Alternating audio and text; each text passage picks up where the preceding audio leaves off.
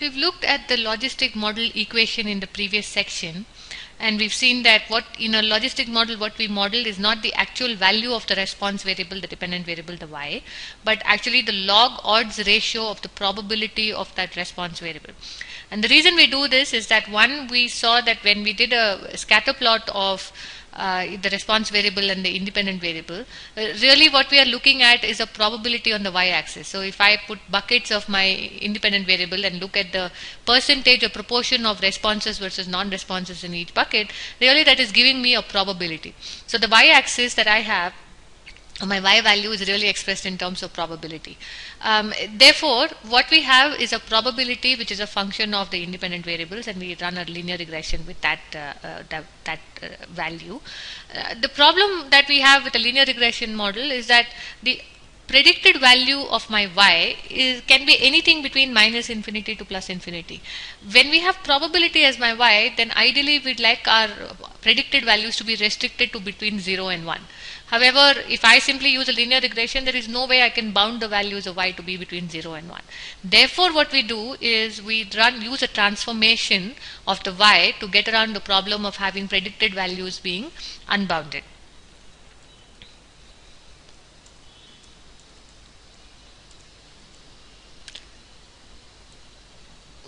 The way we do this is we essentially take an odds ratio, which is nothing but the probability of success by the probability of failure, and we take the log of that, and we use that as our dependent variable instead of the straight y. So we say that the log odds ratio of my y variable is linearly related to my independent variables. And once we do that, what happens is that p over 1 minus p can actually take values of between 0 and infinity. So we've gone from 0 to 1 values to 0 to infinity values, and then taking the log of that will get us to minus infinity to plus infinity. Log infinity is infinity, log of 0 is a very, very small number equivalent to minus infinity. So essentially we've gotten around the issue of having predicted values being restricted to only 0 and 1, between 0 and 1. So that's sort of why we do the whole log odds ratio. It is to avoid this problem of bounded predicted values. Now once we do that, our model form simply becomes log of p over 1 minus p is linearly related to the independent variables beta 0 plus beta 1. And if I wanted to model p over 1 minus p instead of log, I will end up with a multiplicative model, which is essentially e raised to the power beta 0 times e raised to the power beta 1 x1 times e raised to the power beta 2 x2, etc. if I have multiple independent variables. Remember, this is a multiplicative model if we go to p over 1 minus p, because I'm going to get rid of the log, I have to exponentiate, and then the additive model becomes multiplicative.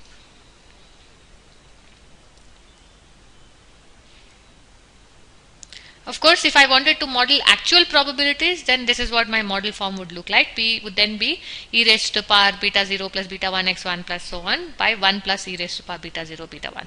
But in any case, going from log of p over 1 minus p to p is not very difficult at all. With basic mathematics we can do this. So this is not something that we need to worry about too much.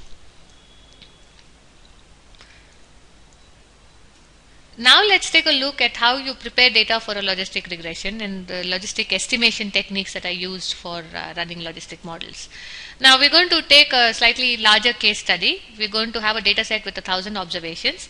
This is a German bank's credit screening data set.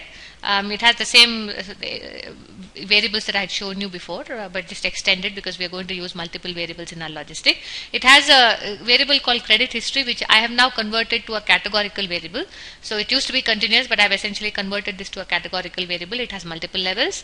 All the variables in fact are categorical. There's credit history, which is categorical, employment tenure, which is unemployed or employed, 0, 1. Job level, which is a proxy for income. Essentially, job level high is equivalent to high income levels. Job levels low is equal to low income levels. And a variable called good bad. Good and bad is essentially the bank's definition of the status of the loan. Good is the loan has been repaid. Bad is essentially the person taking the loan defaulted on the loan and therefore it is not repaid. So we're going to take this data set to build our logistic equation. So essentially, because I have additional x's in my model, my logistic equation now becomes log of p over 1 minus p, which is my y variable, equals to beta naught plus beta 1 times credit history, beta 2 times employment status, beta 3 times income, plus the error term, which we don't have to worry about. Now, interpretation of coefficients is the same as in any regression model. Essentially, for a unit change in x1, the log odds ratio of my y variable changes by beta 1. Right? Remember, because our y variable is not directly the y, but it is a log of the odds ratio of y. The difference is that for a unit change in any of my xi, my log odds of the y variable changes by beta I. Or if I want the impact directly in y terms and not in the log of the odds ratio, for a unit change in any xi, yi is multiplied by beta I. Remember, this is a multiplicative model if we express it in terms of p and not in terms of log of p over 1 minus p. Now, in terms of data preparation for logistic regression, one big thing that we must remember is essentially response variable coding. So, typically, the response variable in a data set may not be numerical, it may be categorically coded as yes, no, etc., accept, reject. So, that will need to be converted to a 1-0 variable. But we must also think about how we want to convert, how do we code this, which is 1 and which is 0. So I could code, for example, sanction the personal loan as 1 and rejected personal loan as 0. But I could, of course, do it the other way around. I could say sanction equals to 0 and reject equals to 1. Does it make any difference to the model? Not really. As long as we know, in terms of interpretation, we are very clear about which one is 0 and which one is 1, we'll be able to interpret the model accurately. So mathematically, it will not make any difference, but the interpretation will depend on how we code the response variable, which is 1 versus which is 0.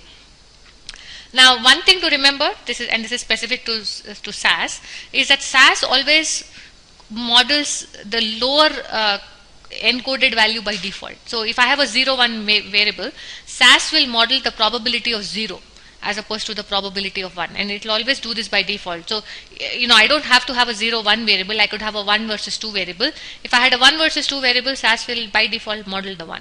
So this is one thing to remember, that SAS always models probability of 0 or probability of the lower number by default. You can change it by using the descending option, and we'll take a look at it when we run the model. But this is very critical, and it's very clear. You have to be very clear about which of your responses is coded as 0 and which one is coded as 1. Now, the other data preparation are pretty much the same as any modeling technique. You want to start thinking about what do you do with missing values. So using logical rules, do you impute data? Is your missing value at random? Do you ignore some missing value because you have a lot of data? So the standard treatment for missing values. Similarly, the standard treatment for detection and treatment of outliers. A, how do you identify outliers? B, if you're convinced that you have an outlier, what do you do with them so that you don't have highly skewed values in your data? Making sure that you don't have very, very highly correlated variables in your model. So typically, multicollinearity essentially implies that there is very little additional information coming from the second correlated variable, because both the variables are essentially providing similar or identical information. So one way that you can check multicollinearity before you run a model is to essentially look at correlations. The other thing that you could potentially do is just run a linear model and look for high VIFs, and and then decide what you want to do with the highly correlated variables. And once you have a final set, then you use that just to run your logistic model. Sometimes you may need to transform your variable. It could be to reduce skewness. It could be to improve the predictive accuracy, because behavior of every independent variable may not be a linear function. When it comes to the dependent variable. So variable transformations may be useful. Also, from an implementation perspective, you may need to transform your variables. You obviously want to do some amount of descriptive statistics or data exploration, so that you want to make sure that the right data is going to go into the model. So these are all the standard steps in data preparation. So we are all very familiar with this. So all of these obviously will have to go into the data preparation part of building a logistic regression model. Now, another thing that we would want to do is to then, once my data is prepared, partition my data into subsamples. Usually we partition it into a development sample and a validation sample, or a training data set and a test data set, a training data set and a validation data set. These are all different names for the same thing.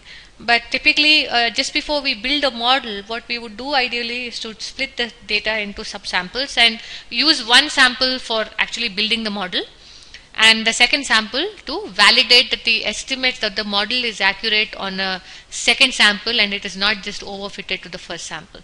So very important part of validation, making sure that your model is good for not just a sample that you've built the model on, but also for other independent samples. Of course, how do we partition data in SAS? One easy way is to simply use proc survey select. You can provide a seed if you want to recreate the same sample, but proc survey select does a simple partitioning in SAS. You can specify that you want a 50-50 sample or a 60-40 sample or a 70-30, but either way, it's a fairly straightforward procedure in SAS and we are familiar with it. One other thing to remember is when partitioning the data or when preparing to model the data, in some instances of logistic regression, you may end up modeling what are called rare events. Rare events are essentially a proportion of events that are very little in the data set. So maybe something like fraud, right? Or something like a natural calamity. It may not be very frequent in your data set. So if a fraudulent activity is denoted as 1, a fraudulent transaction is denoted as 1, it's quite likely that in 300,000, 400,000 transactions, you may have only 3 or 4 fraudulent transactions. In other words, the proportion of the percentage of rare events that you're modeling are less than 2%. In that case, you may want to oversample your ones, which is, you may not end up with a very good model if the proportion of ones to zeros is very skewed. Very skewed. So in that cases, you may want to create an artificially balanced sample where what you do is you keep the rare events in the sample as is and reduce the non-events. So relative to the non-events, the proportion of events are higher. Now, this will not alter the inherent model form. It does have an impact on the intercept, and there is a correction factor that I'm just going to show you that you can apply directly once the model is finalized. But not doing the correction or not doing oversampling may reduce the predictive power of your model, because there may not be enough information for your model to adequately distinguish between the ones and zeros if the ones are very few relative to the zeros. So if you had a logistic regression equation like this, A plus beta 1 x1 plus beta 2 x2 plus beta 3 x3, the correction due to oversampling is this term here, the ln of W0 times U1 by W1 times U0, and what these are proportions of the zeros and 1 in the sample and the population. So W0 is the population proportion of 0, W1 is the population proportion of 1, U0 is the derived sample proportion of 0, and U1 is the derived sample proportion of 1. So essentially, even if you oversample, the correction factor is very straightforward to apply. So ideally, if you are modeling rare events and the number of ones relative to the number of zeros in your sample are very few, you may want to oversample your data and then apply a correction factor in the end to correct for any bias. Finally, let's look at the estimation procedure for logistic. And what I mean by an estimation procedure is the mathematical algorithm or the approach that we will take to come up with the beta estimates. In a linear regression, we use ordinary least squares, and we had spent some time understanding how ordinary least squares works. For a logistic regression, ordinary least squares is not the approach to use. What is used instead is an approach known as maximum likelihood estimation. It is a fairly popular method of estimation. It does not have any underlying assumptions of distribution, so it doesn't require data to be distributed in any way. It does have this property that if the underlying distribution of error terms is normal, MLE estimates are similar to OLS estimates. In fact, OLS is a special case of MLE, given a certain set of conditions. Now, how does maximum likelihood estimation work? It's a little more complex than OLS. But essentially, it sort of says, given the sample that I have, what values of the population parameters make my sample not surprising?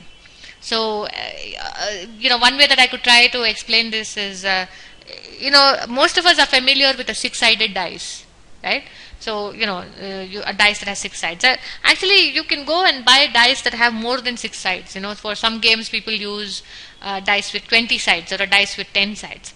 So imagine that you had two dice, one had 6 sides and one had 20 sides, and you flipped the dice and you saw a 6, right? Or let's not use 6, you flipped the dice and you saw a 4. Which dice do you think is 4 more likely to have come from?